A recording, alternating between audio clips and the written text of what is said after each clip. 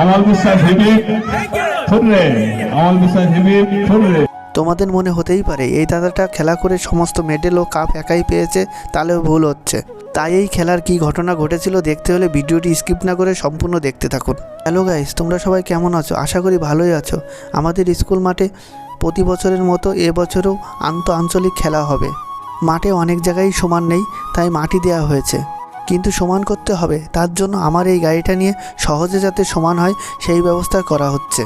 দেখতে দেখতে কিছু সময়ের মধ্যেই মাঠটা সমান হয়ে গেছে। এইভাবে সমান করার জন্য আমাদের অনেক কষ্ট কমে গেল। সবাই আমাকে বারণ করলো, তাই আমি গাড়ির থেকে নেমে গেলাম। দুদিন পর আমরা খেলার কাপ কেনার জন্য গাড়িটা নিয়ে বেরিয়ে পড়লাম। আমার সঙ্গে এই ভাইটাও যাবে। রাস্তার মাঝে আমার একটা বোন ওয়েট করছিল, কিন্তু আমি দাঁড়াইনি। কিছু সময় যেতেই মাঝে একটা চায়ের দোকানে দাঁড়িয়ে সবাই মিলে চা খেয়ে নিলাম। আমাদের মধ্যে সবারই এই দুটো কাপ খুব পছন্দ, তাই কিনে নিয়ে আসলাম। এদিকে মাঠের কাজ জোর কদমে চলছে। খেলা শুরু হওয়ার আগে প্রথমে গ্রামের মেম্বার, প্রাক্তন খেলোয়াড় ও বিশিষ্ট কিছু লোকের সম্বর্ধনা কমিটির তরফ থেকে জানানো হলো। দু দলের ক্যাপ্টেন ও আম্পায়ার থেকে টস শেষ করলো। আজ বৃষ্টি হওয়ার কথা ছিল, কিন্তু এখন পর্যন্ত ওয়েদার খুবই ভালো।